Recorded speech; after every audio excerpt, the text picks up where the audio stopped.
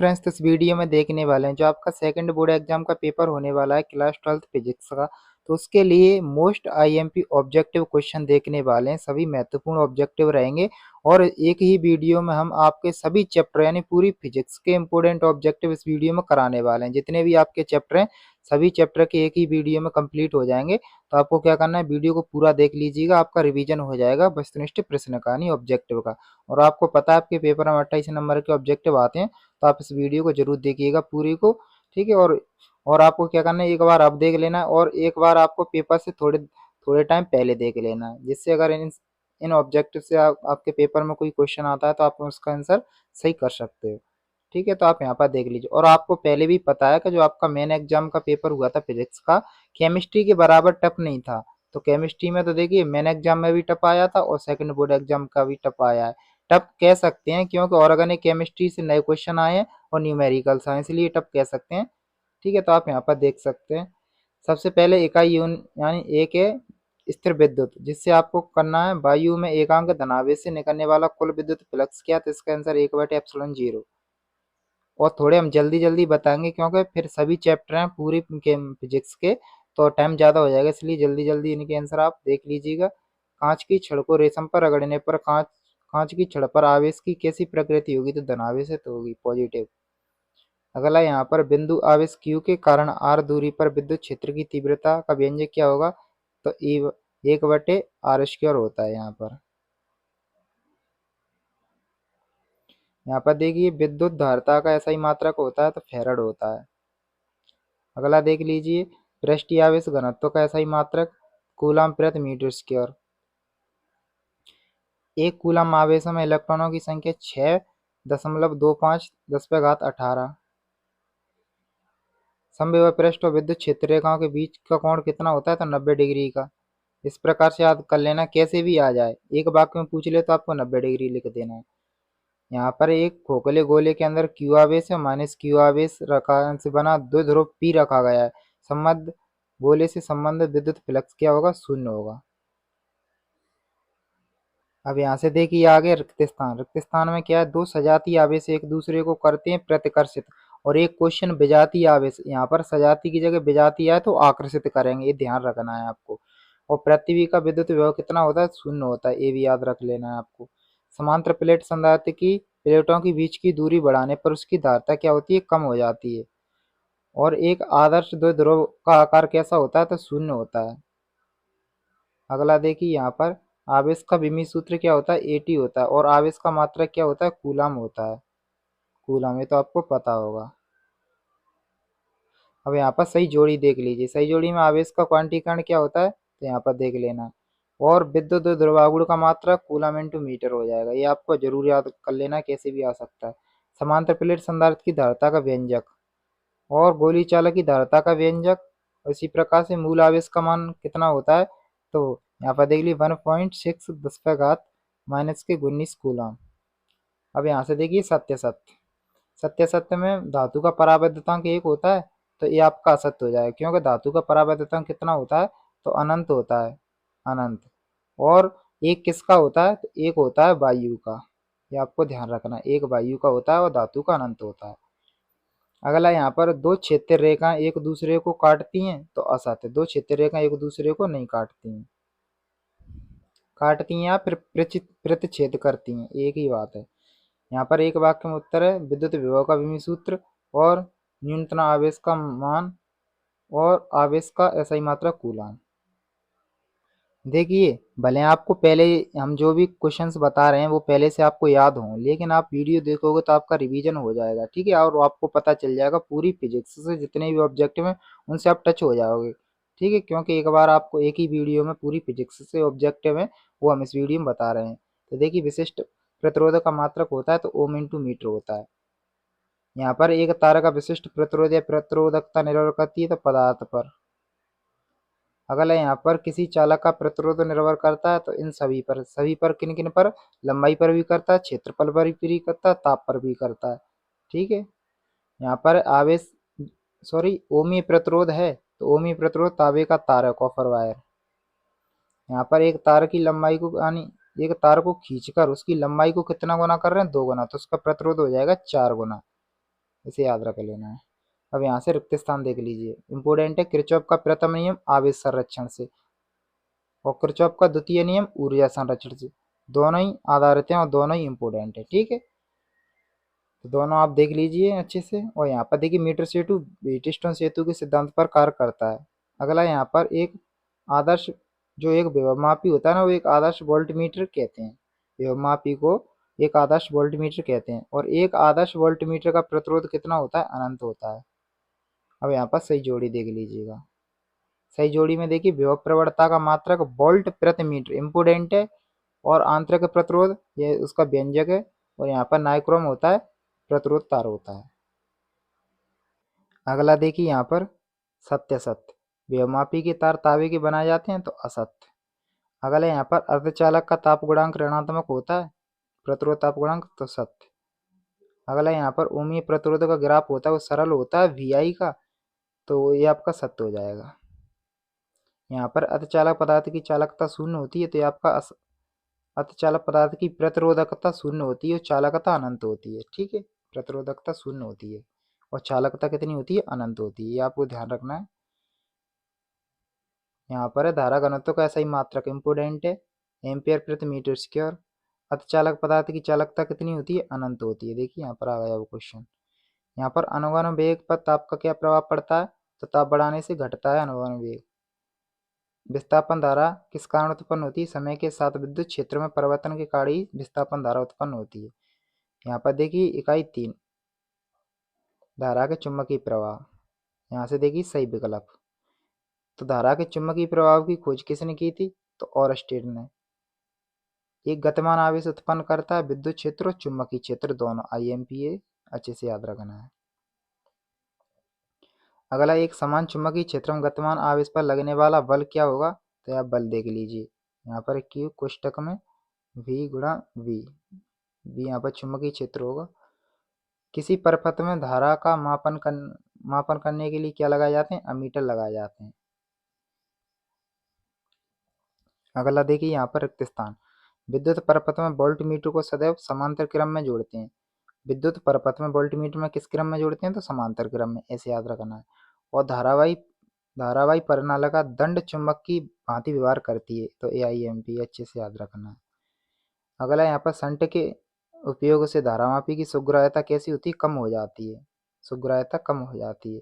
और चुंबकीय क्षेत्र का मात्रक और राशि कैसी है? तो मात्रक आप यहाँ पर देख लीजिए, राशि सदिश हो जाएगी। यहाँ पर चुंबकीय क्षेत्र गतिमान आवेश पर लगने वाला बल को लोरेंज बल कहते हैं। कौन सा बल कहते हैं? लोरेंज बल। अब आपसे पूछे लोरेंज बल किसे कहते हैं, तो आप इसे याद कर लीजिए इस पॉइंट को अच्छे से। अब यहाँ पर सत्यासत्य देखिए, संट सदैव श्रेणी क्रम में जुड़ा होता है, तो देखिए संट आपको समांतर क्रम में जुड़ाता है, असत्य हो जाएगा। एक आदर्श एमीटर का प्रतिरोध शून्य होना चाहिए, तो ये सत्य हो जाएगा। अब यहाँ पर जोड़िए, चुंबकीय क्षेत्र की तीव्रता का मात्रक होता है टेस्ला, याद रखना है आपको। और ध्रुव प्राबल्य का मात्रक एम्पियर मीटर होता है। वायु सेवर्ट का नियम ये आप देख लीजिए, और एम्पियर का परपतीय नियम इसे देख लीजिएगा। यहाँ पर एक वाक्य में उत्तर है, धारामापी को वोल्टमीटर में परिवर्तित किस प्रकार से करते हैं? तो श्रेणी क्रम में उच्च प्रतिरोध जोड़कर। अगला यहाँ पर लोरेंज बल का सूत्र क्या होता है? तो F बराबर QV साइन थीटा, इस प्रकार से। अगला देखिए यहाँ पर इकाई 4 विद्युत चुम्बकीय प्रेरणा और प्रत्यावर्ती धारा। तो यहाँ पर किसी कुंडली का स्वप्रेरकत्व निर्भर नहीं करता है, तो कुंडली में प्रवाहित धारा पर निर्भर नहीं करता है। और किस पर करता है? तो लंबाई पर करता है, त्रिज्या पर करता है और फेरों की संख्या पर करता है। तो दोनों तरह से क्वेश्चन बन सकता है। और विद्युत चुम्बकीय प्रेरण की खोज किसने की थी? फैराडे ने की थी, इसका आंसर फैराडे हो जाएगा। और यांत्रिक ऊर्जा को विद्युत ऊर्जा में बदलने की युक्ति AC डायनेमो कहलाती है। ट्रांसफॉर्मर किस सिद्धांत पर कार्य करता है या फिर किस पर आधारित होता है? तो अन्योन्य प्रेरण पर। भारत में घरों में दी जाने वाली धारा की आवृत्ति होती है तो 50 हर्ट्ज। अब देखिए आवृत्ति का मात्रक यहाँ पर हर्ट्ज हो गया। रिक्त स्थान में लेंज का नियम ऊर्जा संरक्षण पर का नियम है, या ऊर्जा संरक्षण के नियम पर आधारित है, इसे कैसे भी आ सकता है। यहाँ पर प्रेरण प्रेतघात का ऐसा ही मात्रक ओम होता है। उद्दिष्ट धारा की आवृत्ति 0 होती है। अगला यहाँ पर शुद्ध स्वप्रेरकत्व में प्रत्यावर्ती धारा और विभवांतर के बीच कालांतर π/2 होता है। अगला देखिए यहाँ पर सही जोड़ी। सही जोड़ी में क्या है, चुंबकीय फ्लक्स का मात्रक होता है वेबर। अगला यहाँ पर डायनेमो जनित्र विद्युत चुंबकीय प्रेरण पर आधारित, ट्रांसफॉर्मर है अन्योन्य प्रेरण पर आधारित। इस प्रकार से इंपोर्टेंट है, इसे अच्छे से याद रखिएगा। देखिए क्वेश्चन तो आपके सिलेबस में बहुत ऑब्जेक्टिव हैं, लेकिन जो संभावित हैं आपके परीक्षा में आ सकते हैं और कम समय में आप इनका रिवीजन कर सकते हो, इतने हमने सिलेक्ट किए हैं और उतने ही आप रिवीजन कर लीजिएगा। और आपके पास फिर भी टाइम बचता है तो आप खुद से बुक वगैरह से और ज़्यादा पढ़ सकते हो। अगला यहाँ पर प्रेरण और अन्योन्य प्रेरकत्व का मात्रक क्या होता है, प्रेरण या अन्योन्य प्रेरण का, तो दोनों का ही हेनरी होता है, अच्छे से याद रखना है इसे। प्रतिबाधा और प्रतिघात दोनों ही चीजें, प्रतिबाधा और प्रतिघात का मात्रक इसका भी ओम होता है, दोनों का। यहाँ पर देखिए प्रत्यावर्ती विद्युत भागबल के शिखर मान ई RMS में संबंध लिखिए, तो यहाँ पर इसका संबंध याद कर लीजिए, ERMS बराबर E0/√2। इस प्रकार से इसे याद कर लीजिएगा। अगला यहाँ पर प्रत्यावर्ती अमीटर का पाठ 2 एम्पियर है, तो प्रवाह परिपथ में शिखर धारा का मान कितना होगा, तो यहाँ पर इतना हो जाएगा 2√2 एम्पियर। इस प्रकार से ट्रांसफॉर्मर में कोर पटलित होता है क्यों, भंवर धाराओं द्वारा ऊर्जा हानि को रोकने के लिए। अगला यहाँ पर एक पूर्ण चक्र में प्रत्यावर्ती धारा का औसत मान कितना होता है, तो 0 होता है, इंपोर्टेंट है। यहाँ पर LC परपथ में अनुनादी आवृत्ति का सूत्र, इसे याद कर लेना आपको। अब यहाँ से आगे देखिए इकाई आपकी 5 है, विद्युत चुम्बकीय तरंगे। यहाँ से आपको क्या करना है, जितनी भी आपकी तरंगे हैं ना, पराबैंगनी, गामा किरणें और एक्स किरणें, जिनकी आपकी खोजकर्ताओं के नाम याद करने हैं पहले तो, क्योंकि खोजकर्ताओं से आपके ऑब्जेक्टिव बन जाते हैं और इनके उपयोग कर लेने हैं। ठीक है, इतना आप खुद से करिएगा। निर्वात में विद्युत चुम्बकीय तरंगों की चाल आ जाए तो सी और वेग आ जाए तो v, यहाँ पर आएगा, कैसे भी चेंज होके आ सकता है, यही आपका रहने वाला है। तो क्या है इसका आंसर, c बराबर 1/√में μ0 और ε0। इस प्रकार से इसका आंसर है ऑप्शन नंबर सेकंड। अगला है ओजोन मंडल अवशोषित करता है, फिर से ओजोन मंडल अवशोषित करता है तो पराबैंगनी किरणों को। अगला यहाँ पर विद्युत चुम्बकीय तरंगें उत्पन्न होती हैं तो त्वरित आवेश से, विद्युत चुम्बकीय तरंगें त्वरित आवेश से उत्पन्न होती हैं। अगला यहाँ पर दूरसंचार में प्रयुक्त होने वाली तरंगें सूक्ष्म तरंगें या माइक्रोवेव।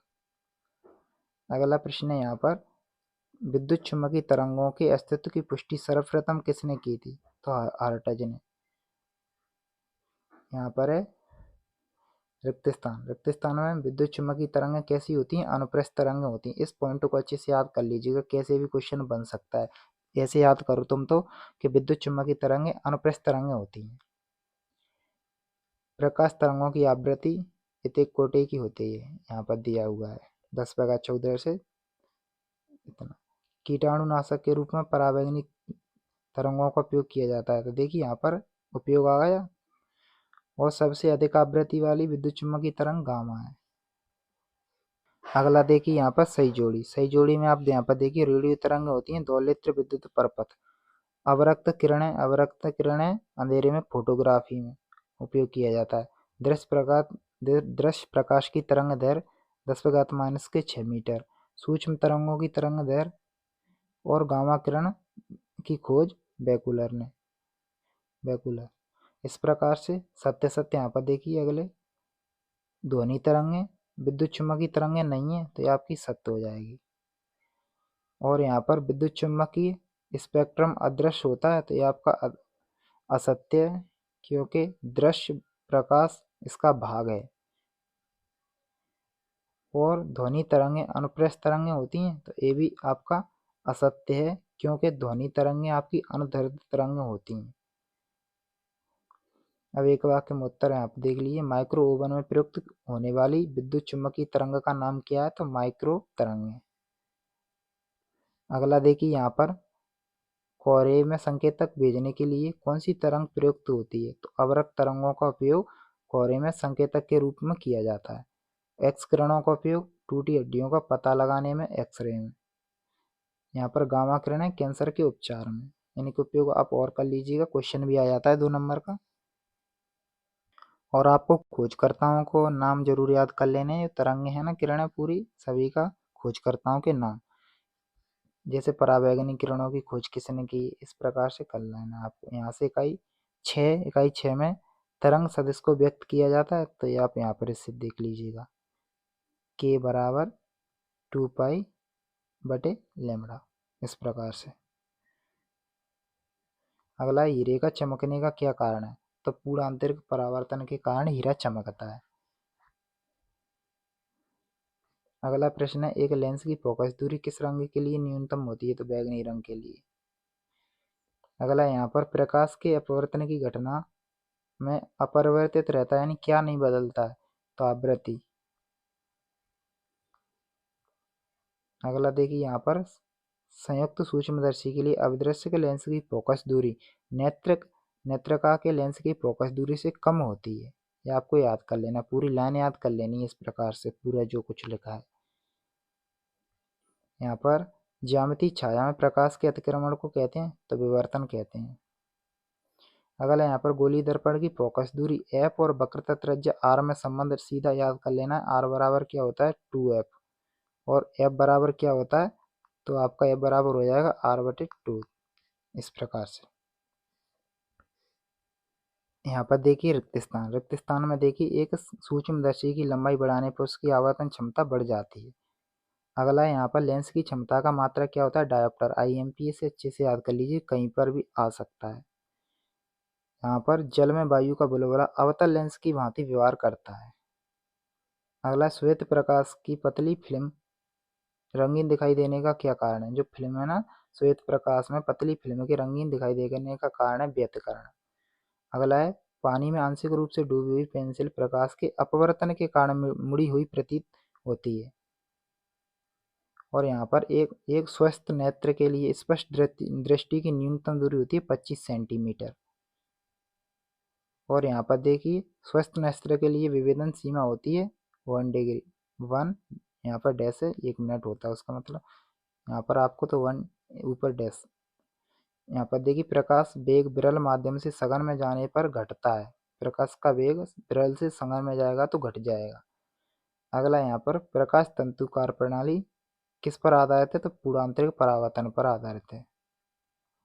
अब यहाँ पर है सही जोड़ी। सही जोड़ी में देखिए, लाल रंग का प्रकाश कांच में अधिकतम चाल होती है लाल रंग के प्रकाश की। पोलेराइड प्रकाश के ध्रुवण पर आधारित है। और समतल तरंगांग्र अनंत पर प्रकाश स्रोत होगा तब समतल तरंगांग्र बनेगा। यहाँ पर लेंस की क्षमता का मात्रक डायोप्टर है। और ब्रूस्टर का नियम प्रकाश का ध्रुवण। और इस प्रकार से प्रकाश का तरंग सिद्धांत हाइगन ने दिया था और कण का सिद्धांत न्यूटन ने। इस प्रकार से याद कर लेना है। समपोषी व्यतिकरण समान कला में। और बैगनी रंग का प्रकाश प्रिज्म द्वारा सर्वाधिक विचलन होता है बैगनी रंग के प्रकाश का। इस प्रकार से इनको अच्छे से याद कर लेना है। और आपको पता है यही सबसे ज़्यादा बड़ा चैप्टर है, तो इसमें थोड़े ऑब्जेक्टिव ज़्यादा हैं, आगे बहुत कम कम ऑब्जेक्टिव हैं। यहाँ पर देखिए, अवतल दर्पण का उपयोग। अब आपसे उपयोग पूछ लेता है, उत्तर लेंस के भी पूछ लेता है और दर्पण के भी पूछ लेता है, तो वो आपको कर लेना है। यहाँ पर देख लीजिए, अवतल का दाढ़ी बनाने में उत्तल का साइड मिरर के रूप में किया जाता है। ज़्यादा ऑब्जेक्टिव इन्हीं से बनते हैं। यहाँ पर देखिए, स्नेल का नियम आपको याद कर लेना, 2 नंबर में भी आ जाता है। और लेंस की क्षमता और फोकस दूरी में संबंध होता है P बराबर 1/f। यहाँ इस फॉर्मूले से न्यूमेरिकल भी सॉल्व हो जाते हैं। फोकस दूरी पूछे, क्षमता देके तो फोकस दूरी निकल आती है, और क्षमता पूछे लेंस की तो यहाँ पर फोकस दूरी दे दी होती है। तो आपको इस प्रकार से याद कर लेना और न्यूमेरिकल भी सॉल्व कर लेना इस फॉर्मूले पर। अगला, यहाँ पर लेंस के लिए संबंध बताना है, या फिर लेंस सूत्र बोल सकते हो, तो लेंस सूत्र याद कर लेना आपको और दर्पण सूत्र कर लेना, क्योंकि इन पर भी आपके क्वेश्चन बन जाते हैं न्यूमेरिकल। ठीक है। और आपकी आवर्तन क्षमता वगैरह वो भी आपको कर लेने। इन पर एक एक न्यूमेरिकल क्वेश्चन जरूर सॉल्व कर लेना आपको, लेंस सूत्र पर और दर्पण सूत्र पर और फोकस दूरी वाले पर। और जो आपकी जो होता है ना, संबंध होता है त्रिज्या वक्रता त्रिज्या फोकस दूरी में, उस पर भी। यहाँ से ए और कर लेना, प्रकाश तरंगें अनुदैर्ध्य होती हैं, तो ये आपका असत्य हो जाएगा। और विवर्तन फ्रेंजें समदूरस्थ होती हैं तो ये भी आपका असत्य हो जाएगा। अब एक वाक्य में यहाँ पर विभेदन सीमा और विभेदन क्षमता में संबंध, तो आपको याद कर लेना, 1/, विभेदन सीमा होता है। और विवर्तन किसे कहते हैं 2 नंबर में आपको याद कर लेना, और यहाँ पर इसे कर लेना, यहाँ पर ये दोनों का योग 90 डिग्री के बराबर होता है।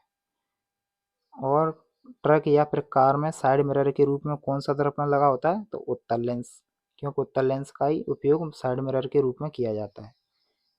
अब यहाँ से इकाई देख लीजिए, इकाई 7, विकिरण एवं द्रव्य की द्वितीय प्रकृति। यहाँ पर ऊर्जा ई है, फोटोनों का संवेग ये होता है E/c। यहाँ पर प्रकाश स्रोत से प्रकाश या फिर ऊर्जा किस रूप में निकलती है, फोटोन के रूप में। अगला यहाँ पर कैथोड पर आवेश होता है तो ऋण आवेश, एनोड पर धन आवेश। 1 kg पदार्थ के लिए समतुल्य ऊर्जा होती है तो 9 × 10⁻16 जूल। रिक्त स्थान देख लीजिए, यहाँ पर जरूर याद करने वाली चीजें जैसे इलेक्ट्रॉनों का विराम द्रव्यमान पूछे तो आपको याद कर लेना है, इकाई जरूर याद करना केजी द्रव्यमान की। इलेक्ट्रॉन पर आवेश याद कर लेना, इसकी इकाई कूलाम। और विशिष्ट आवेश का मान इतना होता है और इसका जो इकाई होती है कूलाम प्रति केजी। इस प्रकार से इनका स्क्रीनशॉट ले सकते हैं या फिर नोट कर लीजिए, आपको नोट्स में आपको नोट भी होंगे पहले से। फोटोनों का द्रव्यमान होता है 0। इतने आपको याद करने की चीज़ है और इनमें कन्फ्यूजन भी हो सकता है, इसलिए इनको अच्छे से याद कर लीजिएगा। यहाँ पर देखिए, प्रकाश विद्युत प्रवाह की व्याख्या सर्वप्रथम किसने की थी, हर्ट्ज ने। और फोटोन की अवधारणा सबसे पहले किसने दी थी, प्लांक ने। अगला है यहाँ पर सही जोड़ी। सही जोड़ी में देखिए, इलेक्ट्रॉन उत्सर्जन के लिए न्यूनतम ऊर्जा होती है वो कार्यफलन कहलाती है। कार्यफलन, दहली आवृत्ति, दहली ऊर्जा, जो वगैरह क्वेश्चन है ना, इनको अच्छे से याद कीजिएगा, 2 नंबर में पूछे जाते हैं इस चैप्टर से। फोटोन का द्रव्यमान पहले भी देखा है आपने, 0 होता है। और इलेक्ट्रॉन वोल्ट होता है, वो ऊर्जा का मात्रक होता है। इलेक्ट्रॉनों की खोज थॉमसन ने की है। यहाँ पर सत्य डी ब्रोगली तरंगें होती है, विद्युत चुम्बकीय तरंगें नहीं है, तो डी ब्रोगली तरंगें विद्युत चुम्बकीय तरंगें नहीं है, ये बात सच है तो सत्य हो जाएगा। फोटोन ऊर्जा संवेग छोटे छोटे यानी छोटे से छोटा बंडल है, तो ये सत्य है, ऊर्जा का सबसे छोटा बंडल फोटोन। यहाँ पर एक वाक्य में उत्तर में संबंध है, याद कर लेना आपको। और यहाँ पर आइंस्टीन समीकरण है, प्रकाश विद्युत समीकरण, तो याद कर लेना है। फोटोन किसे कहते हैं, याद कर लेना है। और डी ब्रोगली तरंगें कौन सी होती हैं, द्रव्य तरंग होती हैं, याद कर लेना है। और इन चैप्टरों से आप खुद से भी और कर सकते हो, इनमें थोड़े कम क्वेश्चन है इसलिए। कि यहाँ पर इकाई 8 है, इकाई 8 में परमाणु होता है तो परमाणु आपका उदासीन होता है, ठीक है। उदासीन या फिर अनावेशित, यानी जिस पर कोई आवेश ना हो, कैसे भी आ सकता है। अगर आपसे पूछे कि परमाणु धनावेशित होता है तो आपका हो जाएगा असत्य। परमाणु ऋणावेशित होता है फिर भी आपका असत्य हो जाएगा। परमाणु उदासीन होता है, सत्य। ऐसे कैसे भी क्वेश्चन बन सकते हैं, इसलिए आपको याद अच्छा होना चाहिए। परमाणु में इलेक्ट्रॉन की कक्षा की त्रिज्या बढ़ाने पर उसकी ऊर्जा बढ़ती है। अगला यहाँ पर 1 AMU के तुल्य ऊर्जा होती है तो 931 मेगा इलेक्ट्रॉन वोल्ट। और यहाँ पर 6 नियतांक का ऐसा ही मात्रक है तो बेकुरल। अब यहाँ पर देख लीजिए रिक्त स्थान। रिक्त स्थान में देखिए 1 फर्मी बराबर होता है तो 10⁻15 मीटर। इम्पोर्टेंट से अच्छे से याद कर लीजिए इस वैल्यू को। और यहाँ पर सूर्य में ऊर्जा का स्रोत नाभिकीय संलयन है। अगला यहाँ पर परमाणु का आकार होता है 10⁻−10 मीटर या फिर 1 एंगस्ट्रॉम। एक एंगस्ट्रॉम ये होता है ना, एंगस्ट्रॉम, 1 एंगस्ट्रॉम। अगला यहाँ पर हाइड्रोजन परमाणु की आयनन ऊर्जा है तो यहाँ पर इसे याद कर लीजिएगा। यहाँ पर नाभिक का आकार है 10⁻−15 या फिर 1 फर्मी के बराबर। दो वैल्यू है तो इनको अच्छे से याद कर लीजिएगा। सत्य यहाँ पर परमाणु एक धनात्मक कण है तो ये आपका सत्य। आपको पता है परमाणु कैसा उदासीन है। यहाँ पर परमाणु के नाभिक में इलेक्ट्रॉन और प्रोटॉन साथ में रहते हैं तो ये आपके असत्य हैं, क्योंकि इलेक्ट्रॉन आपके नाभिक में नहीं रहते हैं।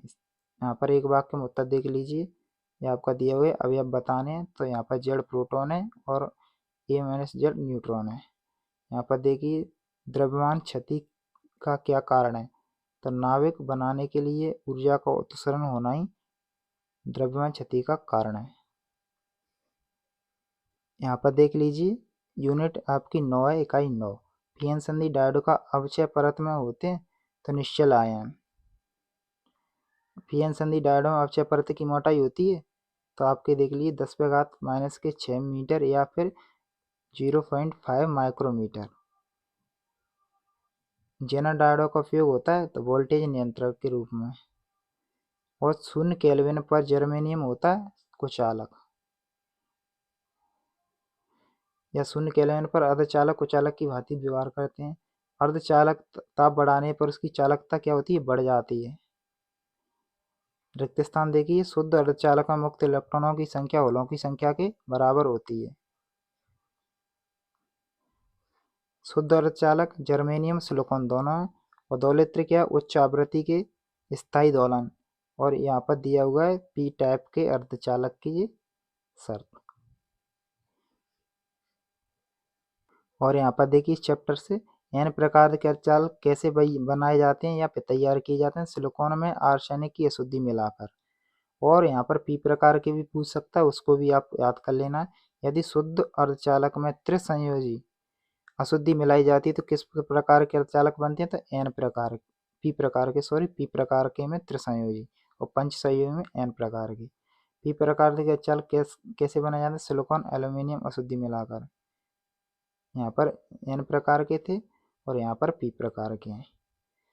यहाँ पर अर्धचालक की चालकता पर ताप का क्या प्रभाव पड़ता है? ताप बढ़ाएंगे जैसे ही चालकता बढ़ जाएगी अर्धचालक की। अगला, अर्धचालक का वर्जित ऊर्जा अंतराल कितना होता है? तो 1 इलेक्ट्रॉन वोल्ट। पीएन संधि डायोड का एक उपयोग तो वोल्टेज नियंत्रक की भांति उपयोग किया जाता है।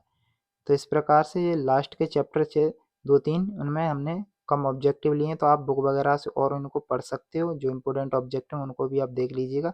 वैसे जितने कम हमने लिए हैं उतने आप पढ़ लीजिएगा पहले, फिर आप और पढ़ सकते हो। तो हमने एक ही वीडियो में हमने आपकी फिजिक्स के जितने भी हमें लगे इम्पोर्टेंट ऑब्जेक्टिव जिनको आपको ज़रूर पढ़ के जाना है, तो आपने वीडियो देख ली। तो उम्मीद करते हैं आपको ये वीडियो अच्छा लगा। अगर वीडियो अच्छा लगा तो वीडियो को लाइक कर दीजिए, चैनल पर नहीं तो चैनल को सब्सक्राइब कर सकते।